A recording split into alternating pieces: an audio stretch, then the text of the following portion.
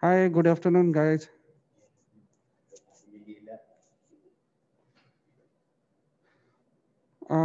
Samyog, I can see there are only 11 people who have joined in till now.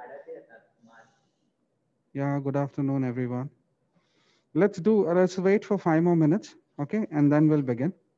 Let more people join in, I guess, you know. They might still be in the lecture or so. Okay. So we'll wait for 5 minutes and then we'll begin. Okay. Can you guys hear me? Can you guys confirm if you are able to hear me clearly? Oh, okay. Thank you, Aditya. Yeah, perfect.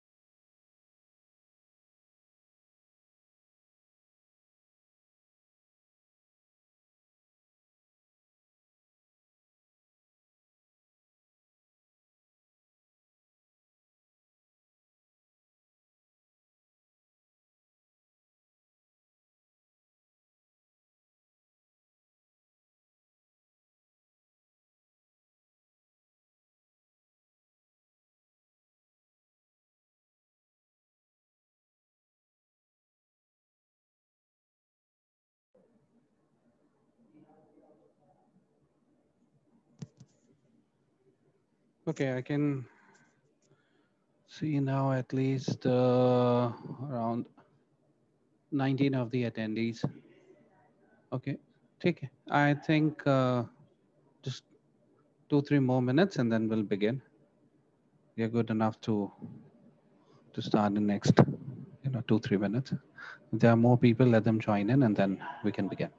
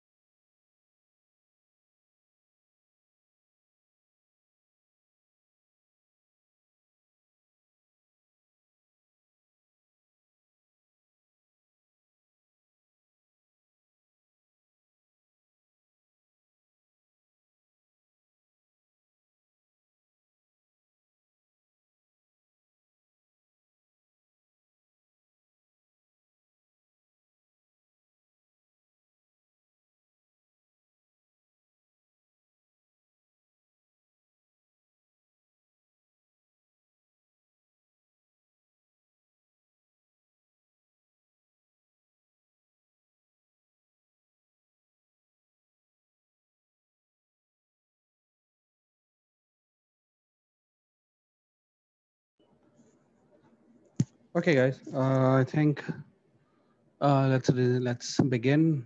Okay, the still if the people who join in, let them join in the next 5 minutes. So anyway, we're gonna just run through a quickly basic definition of the leftover parts, which is the absolute values, and the inequalities part. Now, as we know, the solving of inequality is very much similar to that of the equations, except there are a couple of points that you need to keep in mind when you are solving the inequality part. Else, everything is more or less like the equations itself. So generally, like we can transfer the terms along the equations, you can also transfer the terms along the inequality without actually affecting the sign of the inequality. The only process where the sign gets changed, the sign would reverse, are the one where you would multiply or divide by a negative number. So as we know that 5 is greater than 2, now if you multiply by 3, that's fine because 15 is still greater than 6. But if you multiply by -3, we observe you have a -15 and -6. And hence, we would see that -6 is greater than -15. And hence, you see the sign should reverse. Right? So that is one case where the sign of the inequality will get reversed. So if A is greater than B, then that would imply that -A would be less than -B. Okay. Secondly, when you divide, now when you're dividing by a positive numbers, let's say if I would have divided by 2, 5 by 2, 2.5 would still be greater than 2 by 2, that is 1. But if I'm dividing it by a -2, let's say here, then I'm going to have -2.5 and a -1.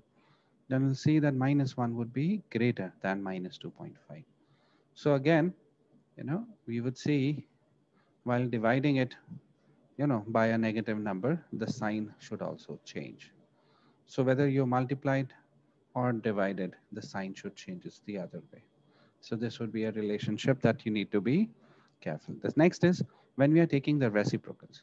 So during the reciprocals, in some cases, the signs would change, but there are certain cases where the sign won't change. So you need to be careful about when you should change and when should not. Like here in this case, whenever you are either multiplying or dividing by a negative number, it is always going to change the sign, but not in the case when it is dividing or taking the reciprocal, right? So here in the first case, as we see that if phi is greater than 3, then 1 by 5 would be less than 1 by 3. The sign would change. Minus 5 is less than minus 3. But if you take the reciprocal again, minus 1 by 5 would be greater than minus 1 by 3. That'll change again. So you see the signs should change. But if I compare 5 and minus 2, right? If I is greater than minus 2, then 1 by 5 would still be greater than minus 1 by 2. The reciprocal of a positive would be positive. The negative reciprocal will still be negative. And hence, they will not change the sign, right? So there, you need to be careful when you need to change the sign or not. So the case is when, both AB are of the same sign, that the product is greater than 0. So whenever you say the product of AB is greater than 0, that means either both are positive or both are negative. So both the numbers are of same sign. Okay, that's the way to write it down, as a relation mathematically, that, both of them are of the same sign. Sorry. So you just, the product is greater than 0. Then if you take A greater than B, then 1 upon A would be less than 1 upon B. So the sign would always change. Okay. So is the either ways, it's bi-implicative. And second, when they are of the opposite sign, that means whenever, the product is less than 0. If you say the product is less than 0, means both are of opposite sign. So both are of opposite sign. So if A is greater than B, then that would also imply 1 upon A still greater than 1 upon B, right? There won't be any change in the sign. So you need to be careful with these, changes to be made. Rest, everything is more or less like solving an inequality. It doesn't matter much. Okay, just like you're solving an equation, you would solve an inequality, right? So that's gonna be a little easier and simpler, just like the equation. If we just take care of these 3 points, right? These ones, important ones. Okay, now let's go to the questions. Otherwise, more or less, it's just like the same. Now, one thing that also we need to look at is how do you compare or how do you combine the inequality? So let's say if x is from minus 5 to 7 and your y is ranging out from, let's say, okay, 2 to, let's say, 14, then what would be the range of x plus y, x minus y, and in some cases, the product xy? What would be the minimum maximum? Rarely they ask for the divisions because there's a possibility that the denominator could be 0 and hence you can have infinite and all that. So you have to see the behavior of fraction when it tends to infinity and all that. So they usually avoid that. They don't want the infinities to creep in. But mostly it's always about the sum or the differences majorly, and sometimes about the product. So when you're adding, the minimum value would be a 10 when you add the minimum of x to the minimum of y. So it's directly adding end to end. So you add minimum to minimum, maximum to maximum. So the least value of x plus y would be minus 5 plus 2, which is minus 3, and 7 and 14, that is 21. But when you're dealing with difference, then I cannot say the minimum of x plus the minimum of y is giving you the difference minimum. The difference becomes minimum when from the least of x you subtract the highest of y. And the sum is maximum. The difference is maximum, sorry, if from the maximum of x you subtract the minimum of y. So when you need to subtract, you do it crossly. From the least, you subtract the largest. And from the largest, you subtract the least. So in this one, in this case, it would be minus 5 minus 14. So what could be the least value that you can say? From when minus 5 you subtract 14, that'll take you to minus of 19. And to 7, if you added up 9, 2 here, which is going to give you 9. So the difference could range anything from minus 19 to 9. And similarly for the product, you actually have to multiply and check. So minus 5 into 2, minus 5 into 14, 7 into 2, 7 into 14. The least would be, of course, minus 5 into 14. Right, so that's going to be minus of 70. Minus 5 into 14 would be minus 70, and then 7 times 14.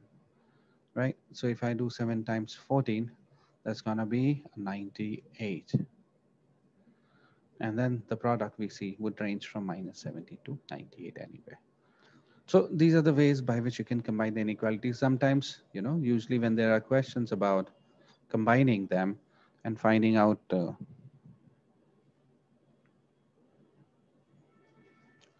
okay, in this case, which one? So I'm going to multiply x and y with the least and the largest. So it's the 7 and the 14 that you would have. Not talking of the mod here. I'm sorry. So my bad. I ended up, yeah, sorry, upper bound 1 for the difference. Yes, I actually added it should be difference. So 7 minus 2, which should be 5, right?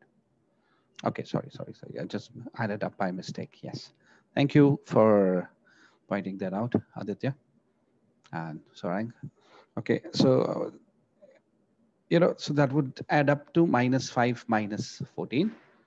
Okay, as minus 19. And then the difference would be 7 minus 2. That would be 5. Okay, and for the multiplication, it would work like that. So you just find out the lower and the upper bounds, and then what you'll get at this part. Okay, so that's how we would deal with that. Let's now go on to the questions. Let's see here. Okay, let's check this. I think, oh, that was the other one. You go to the next part. We've been to this one. We've been to this quadratic. That was the last quadratic thing. Yeah, we did this as well. Yeah, we covered this one. Oh, so here we are, this inequalities. Yeah, next question. Okay, let's try this out. So which of the following statement is definitely true? It's more than one option. So this is a multiple answer choice. So multiple answer choice questions. So you can have multiple answer choices. There's more than one which is possible. Let's try this out.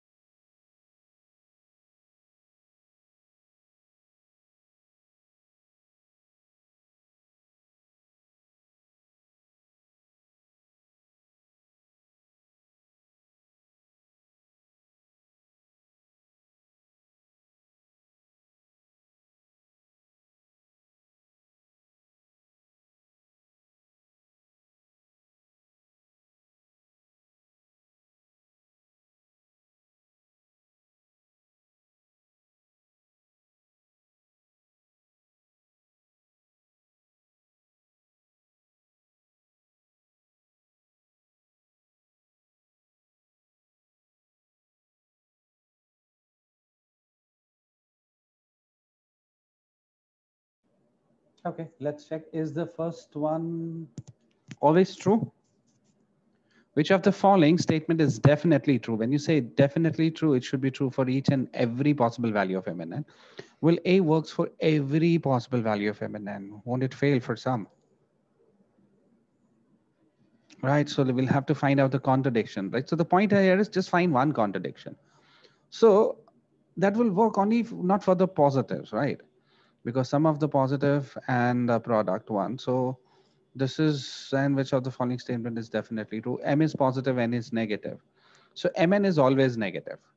So I'll have to look at a case where Mn is negative, M plus N may be positive or negative, but then one case where the sum would actually reduce, that would be greater in that terms if it's negative, so which means it would be lesser, and Mn would be greater, that one.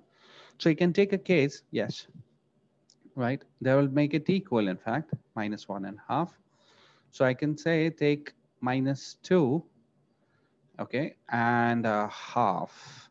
So I would take n equals to minus 2, m equals to half. So the sum m plus n would be minus 1.5, whereas the product mn would be a minus 1, right? Correct. So in that case, when you see minus 1 and minus 1 by 2 and 1 will actually make them to be equal, right? So here you would see that m plus n is actually less than the mn the other way. If you take m as 1, n as minus half, right? Mn would be minus 1, m plus n would be 0. Perfect. You can find so many examples that will work. Perfect. So minus 1 and 1, when you take the product is still minus 1, but the sum would give you a 0, right? Perfect. So it's not always true. So therefore this goes, this cannot be my answer. M square n mn square, in this case, this is always positive. This is always negative. This is always positive. So B will work. M by n would be a negative value. N by m would be positive. We can't say for sure. So not necessary. M cubed by n square would be a positive value. N cubed by m square would be a negative value. So this will always work. N cube n raised to 5 maybe, may not be, depending on what the value. So not sure. Always, doesn't work always. And m raised to 4 and m square, again, depends whether it's between 0 and 1 or greater than 1. Not always. So we see that the answer should be B and D. Perfect. Right. So that works only for B and D. F need not always be true. M is greater than 0, not greater than 1. Right. If m is greater than 1, then m raised to 4 would be greater than m squared because it can be a fraction, right? So Sneha, we marked B and F. So just be careful with the F part, not necessarily true, right? Okay, so that is the answer here. Now let's go on to the next one.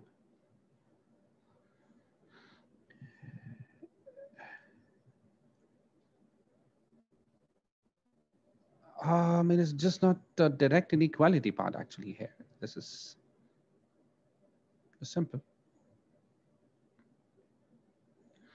So x square minus 1, if I actually expand, this becomes, x square plus 1, x raised to 4 actually, plus 1, which is same as b, minus of 2x square.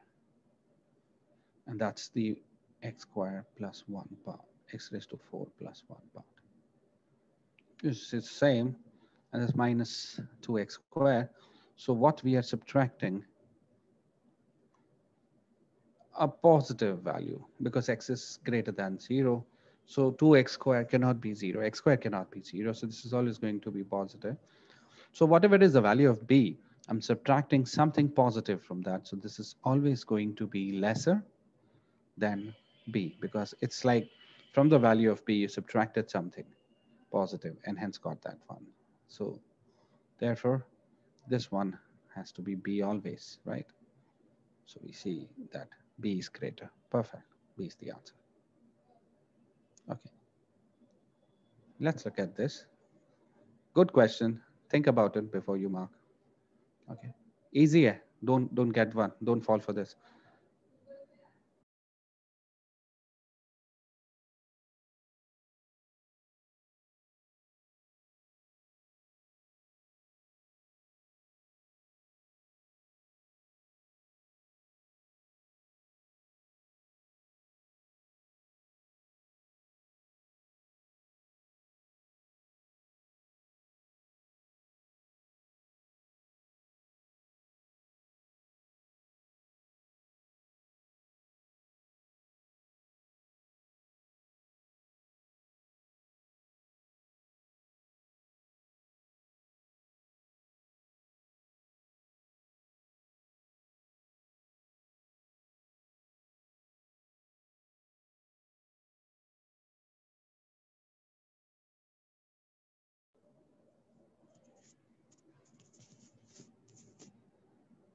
It's taking time, guys. Push. Look at it carefully. What you need to find is can be true, not must be true. So question is which of the following can be true? So you have to find one possible value of A and B where this could be true. If it says which of the following must be true, then it should work for each and every possible value of A and B. Likewise, as we discussed last time, in the case of must be true, we easier to find a contradiction. So you should always look at finding a contradiction. Whereas in the case of can be true, you just need to find one case where the statement will work. The given condition works and hence that's accepted. So what we see here, you know, AB has to be between 0 and -1. That means it's a negative value with a magnitude of less than 1, right? The magnitude of A and B should not exceed 1. Okay. So A is greater than 0, B is greater than 0. This will always have AB as positive. So never, I cannot find any value in this interval which would be negative. A is less than -1, B is less than -1. Again, since both are negative, AB would be positive. So out. This says A is positive, B is negative. So AB is negative. But the problem here is, you know, both are greater than 1. A is greater than 1, B is greater than 1. So the product AB would be greater than 1. The magnitude of it, which will have a contradiction to this. So never work. Okay. A is greater than 1, so positive for the D1. B is less than 1, but B has to be then negative. Take only the negative value. So I can say let A be 2, B be minus half, or minus 1 by 4. Let's say it like this. Okay. So A is 1, take B less than 1. I can always take B as negative. Then AB will be minus 1 by 2, which would lie between 0 and 1. Minus 1, I mean here. So in this case, in this option, it is possible to take a value of A and B in such a way that the product AB would be less between -1 and 0. So that works. So D, I have. Now E is negative, B is negative. This will have AB always as positive. So therefore gone. So the correct answer option here should be D. C would fail in terms of the magnitude of the product. The magnitude would not be contained between -1 and 0. It would definitely be greater than 1. So this would give us, for the C1, from the C, we will get a case that the product is less than -1. So that will be a problem. So the problem with C is AB is less than -1, right? This will be a issue. That's why it will fail. It'll never give me even a single value with the product being greater than -1. So hence it's only T. It was a single answer choice one. Okay, this is simple.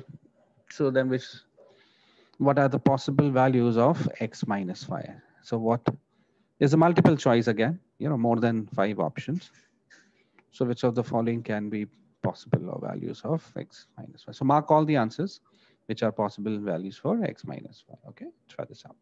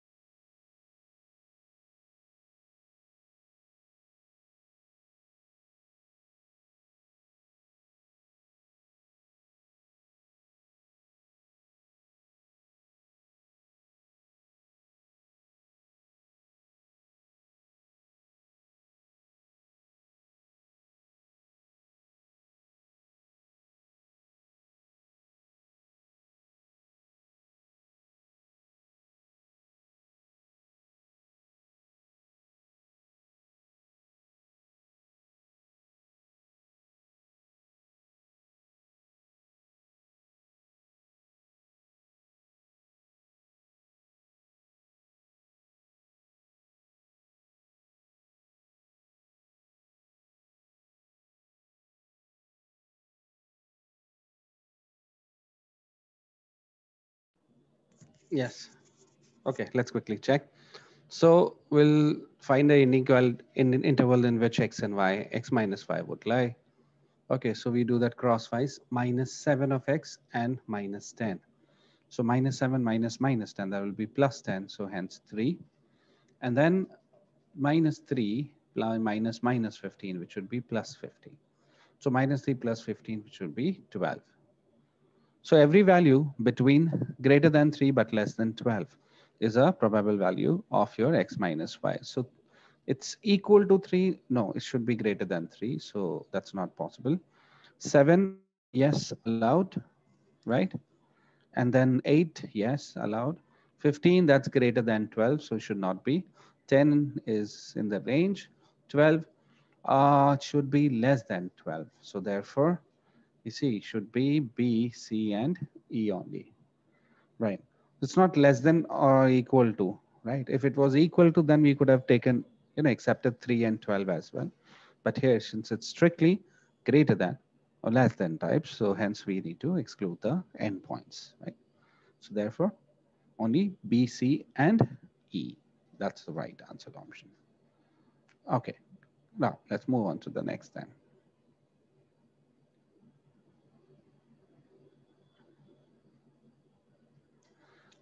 Again, multiple answer choices. So mark all those that works out to be true.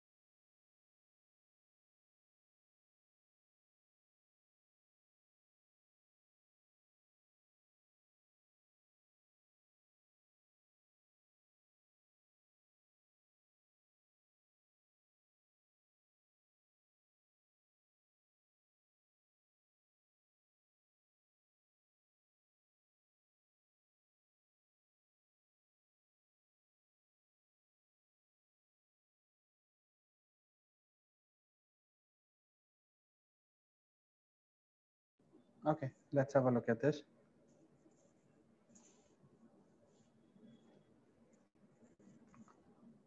So which of the options will work? You need to mark only those options, that are not necessarily true. That means they could be false. So when a is greater than 0, a square is greater than 0, this will work always, right? So we cannot mark this as the answer.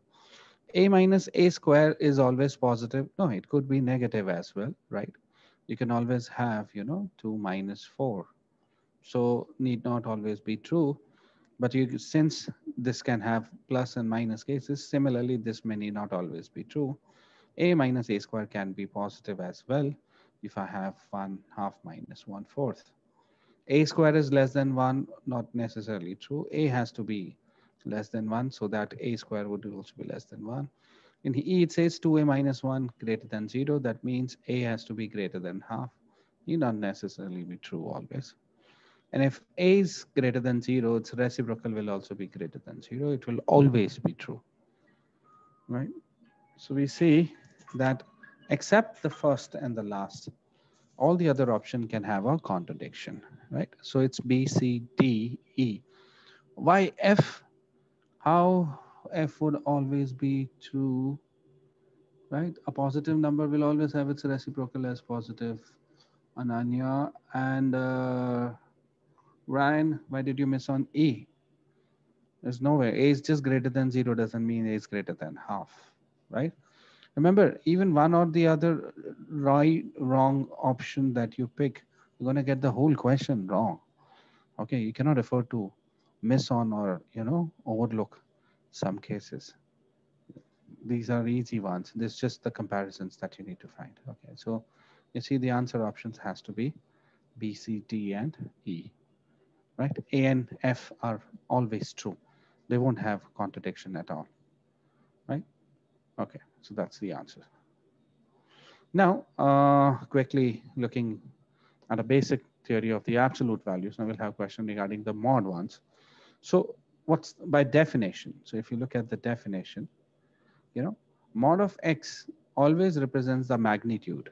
So you can see this, would say find out the distance of a number from 0. So if I say how's mod of 5, that's 5, which means how far is the number 5 from 0. It measures the distance, which is 5. Similarly, if I'll say minus of 5, the number is minus 5, but the distance is still 5. So if I say what is the gap between 0 and minus 5, which is still 5. So in a way, you can say that whenever you're taking the mod of a number, it's simply the distance of that number from 0. Distance are always greater than 0. That's why, this can never take a negative value. So whenever it is positive, the number inside is positive, you can remove the mod and write the number as it is. But when it is negative, like here, I cannot write mod of minus 5 as minus 5 because the number is negative. I need to convert it to a positive value as a magnitude. So hence we should always multiply it by a minus sign whenever the number here is a negative one. So whenever x is less than 0, this would be equal to minus x, right? So here the mod value is not negative because the x itself is a negative number, and then minus of a negative number would be a positive value. That's the basic definition of your modulus function. Then let's look at some of the properties. Okay, so you can say that mod of x is always greater than or equal to 0. It's a positive definiteness that mod can never be negative. It will either be 0 as the least or positive. Mod of x will always be same as mod of minus x. They both are equidistant. In fact, you can also say that the difference between the two numbers is its modulus value. It doesn't matter, which one you subtract and check. Now, thirdly, if you're splitting the mod under addition, if it is x, plus y inside the mod, so it's mod of x plus y, and then you split it as mod of x plus mod of y. Now, which one would be greater, right? Which of the side? Would it be always equal? You can split the mod under addition, or it would be the left side, which is bigger, or the right side, which should be bigger. Okay, they could be equal also. So if I take 1 and 1, they both adds to the same. This is 2, this is 2. But whereas if you take the left one, in the x is positive, y is negative, something like say x is 1 and y is minus 1. Okay, then they cancel out to 0, and this side, this would be 2. So greater than or equal to. So in a way, you can say that mod of x plus y, when splitted, okay, can be either equal to or less than the sum of the mods. Now, if you look at it at the micro conditions, you can say that mod of x plus y would always be equal to mod of x plus mod of y. It will always be equal. You can split that whenever, x and y are of the same sign. They are both positive or both negative. Then this will always work. But mod of x plus y would always be less than mod of x plus mod of y if they are of the opposite sign. If one is positive, the other is negative. Inside the mod, it will get subtracted, whereas after splitting, each one would be positive value, and hence you will simply be adding that out. So this could be the micro conditions for the two. Similarly, if you have mod of x minus y, you see this will be greater than or equal to mod of x minus mod of y, right? So again, if they are of the same sign, mod of x minus y, you know, would be equal to mod of x minus mod of y if they are of the same sign. Xy is greater than 0. So 1 minus 1, 1 minus 1. Minus 1, which will be plus 1. And minus 1, which would be 1 minus 1 again, so 0. Whereas if they are of the opposite sign, you know, the minus of a minus would become plus, whereas in this case it would still be subtracted when xy is less than 0. So this would not be always true. Okay. Then if you look at this under multiplication and division, then we see there is no problem with that. So if we multiply, this is always going to get splitted. Mod of x into y is always equal to mod of x into mod of y, always, irrespective of the sign. And similarly, mod of x by y will always split as mod of x over mod of y. Of course, y should not be a 0. And if there's a constant k times of x, then you can always write this as mod of k into mod of x. This gets splitted. It's the same thing as multiplication, whereas x is the unknown, k is just a constant. So you can take the constant out and write it as a positive magnitude and have the expression here inside the line. Right, so some of the basic properties of the modulus part. And then if you look at the basic inequality, how can you convert, basic modulus to a local inequality? So if I have mod of x equals, a, that means there are only two possible values that I'll get, a number a on the right and minus a on the left. So this is at the magnitude of a, this is also the magnitude of a. So if it is given mod of x equals a, that means x is either plus or a minus a. That'll give me the two endpoints. Okay, first condition. Secondly, if it is given that mod of x is less than a, that means all the real numbers whose distance, are less than a, then we see this covers everything which will be between 0 and a, because I want all the numbers whose distance from 0 is less than a. So that means this is going to give me an inequality, that would have every possible real number, satisfying, which lies between minus a and a. So that's going to be the 2 points. So equal the 2 points, less than everything between the 2 points. And in this case, if you have a value which says greater than a, right? Right?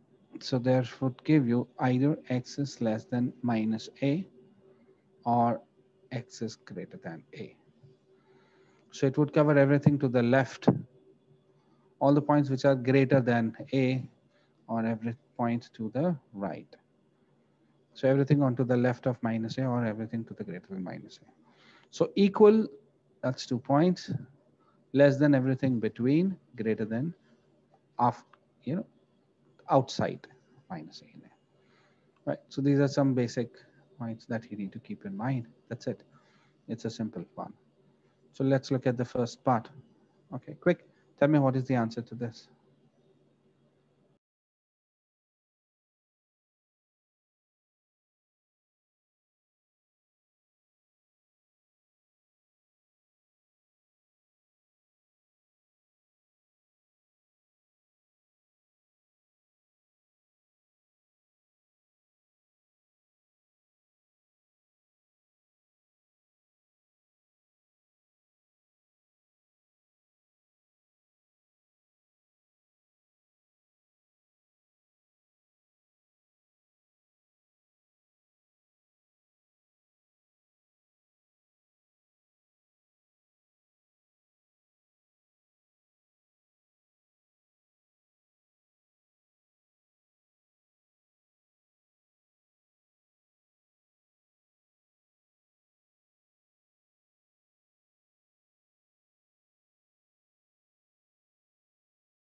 Yes. Which option? B, right? So from this, we see there will be two possible values. X could either be a -5 or a 5. And from this, we see X can take either a value of 9. If it is minus, it could be -5 minus 2, which would be a 7, or it could be a 9 minus 2, which is 7. Right, so I want a value of X which should satisfy both together, which is only -5. So therefore, X here should be a -5 and a 5. So B has to be greater, right? So we see answer option is B. Perfect. Yeah, B is the correct one. Okay, D, SARS, you possibly missed on, considering the second case, it's not that both -5 and +5 will satisfy that, right? So just a small slip on that. Okay, try this one. Let's see, simplifying this inequality.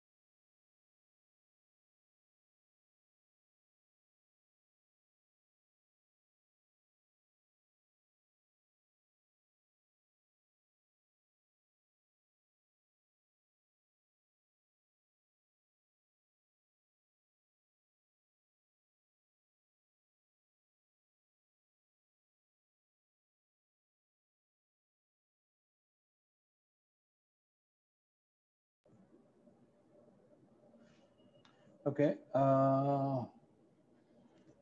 This was a bit tricky in the sense if you end up going into solving it out, you'll you can make a mistake here. So I see a lot of C's and then an A as well. Okay. Now the best way to handle, such kind of inequalities, even involving mod or without, that is not to solve them. Don't get into algebraically solving it. Just eliminate the options, right? So the first thing that I'll try to do is eliminate on the basis of taking some value. So standard substitution value 0, 1, -1. So 0 is very standard. So if x is equals to 0, you're going to have 6, okay, which is less than mod of 3, which would be 3. Okay, that's a contradiction. You know, you cannot have 6 less than 3. So x equals to 0 is not a solution of this, right? So I'll eliminate all the options that can have a possible value of x equals to 0 as a part of it. So a is out because in a, x can take a value of 0. Similarly, d is out less than 5, so x can still be 0. E is out because, you know, between -4.5 and 4.5, x could still take to be 0. So that eliminates A, B, A, D, E. Now the only left options are B and C. Now between B and C, we observe that actually B is a subset of C. So it says x greater than 5, which itself is greater than 4.5. Right, so whether it should be greater than 4.5 or 5. So I'll check at 5 because that can eliminate this, but not this, right? So what happens if x equals to 5? And x equals to 5, 6 minus 5 would be 1 less than mod of 3 minus 5, which is equals to 2. So x equals to 5 satisfies that. So it should be a part of the solution. So hence B is out. The answer should be C, right? So just only two simple substitution.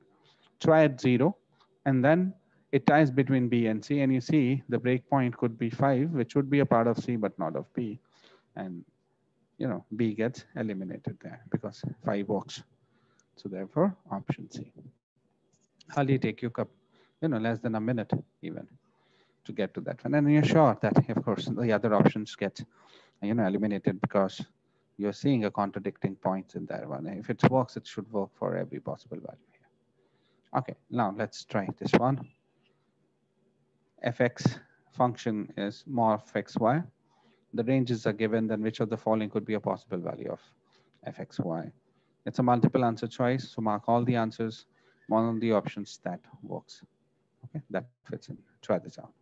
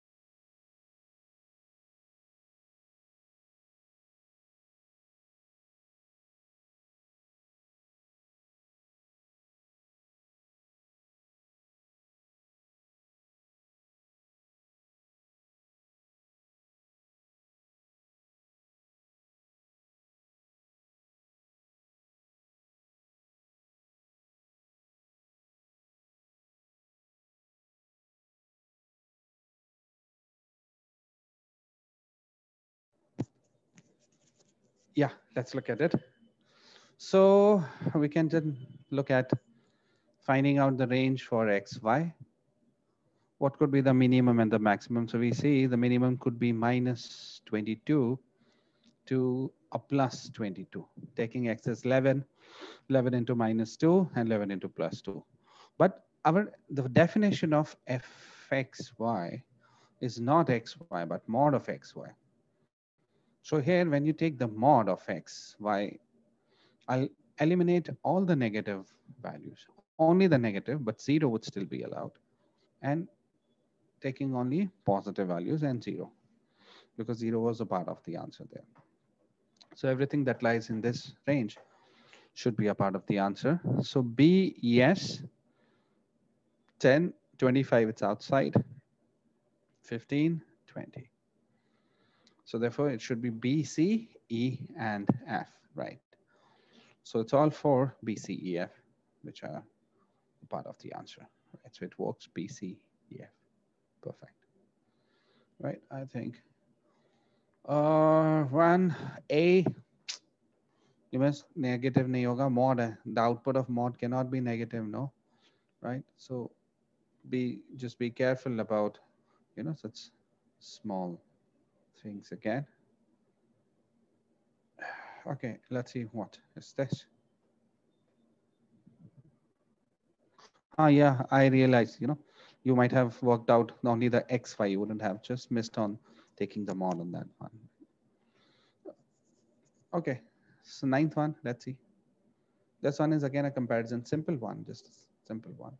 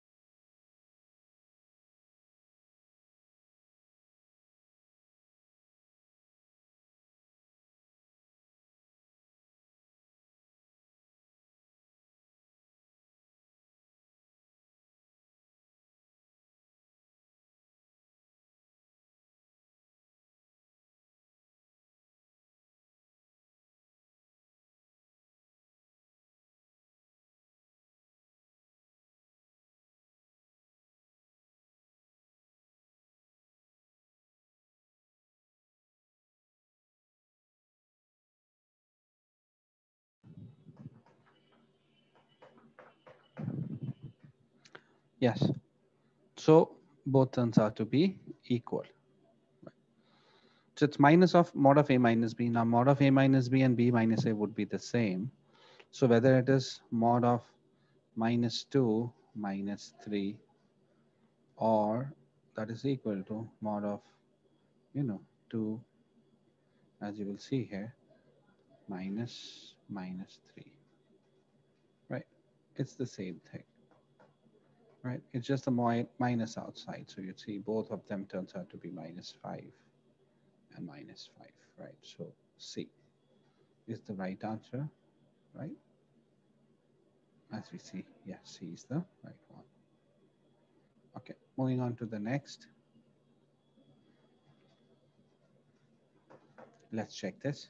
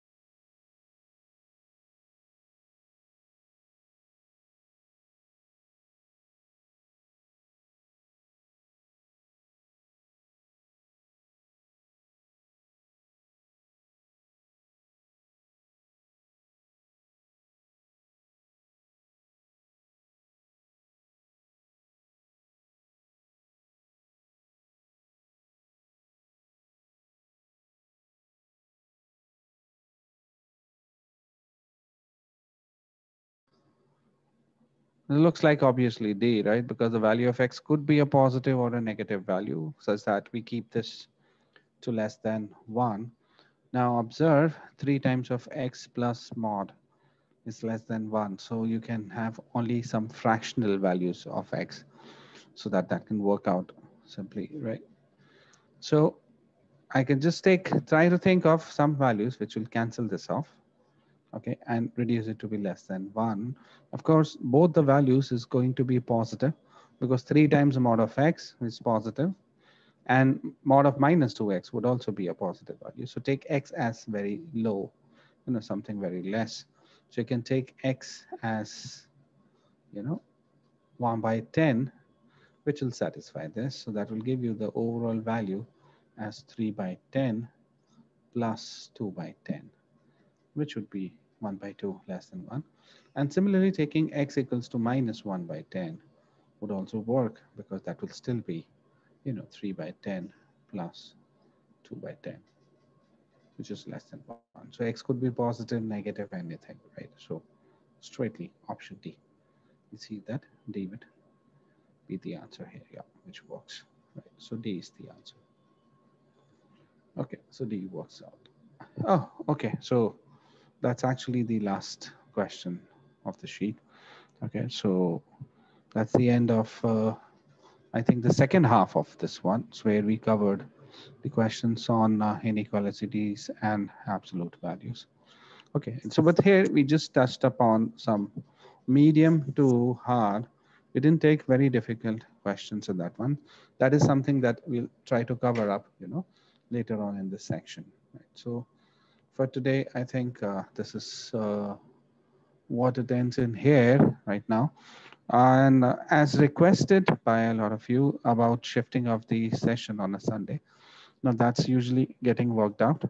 So maybe from the next week onwards, we're going to have classes on Sundays instead of Monday session, right? That's what we worked out. It's just that next weekend turns out to be a Diwali. The whole week turns out to be a Diwali week. So whether it's a Sunday or a Monday, I think the session would have not been, worked out because of the holiday part. So I'll confirm that one, when is going to be the next session with Samyuk, and he'll let you know there on the group so that, henceforth, that's the same timing that we're going to follow.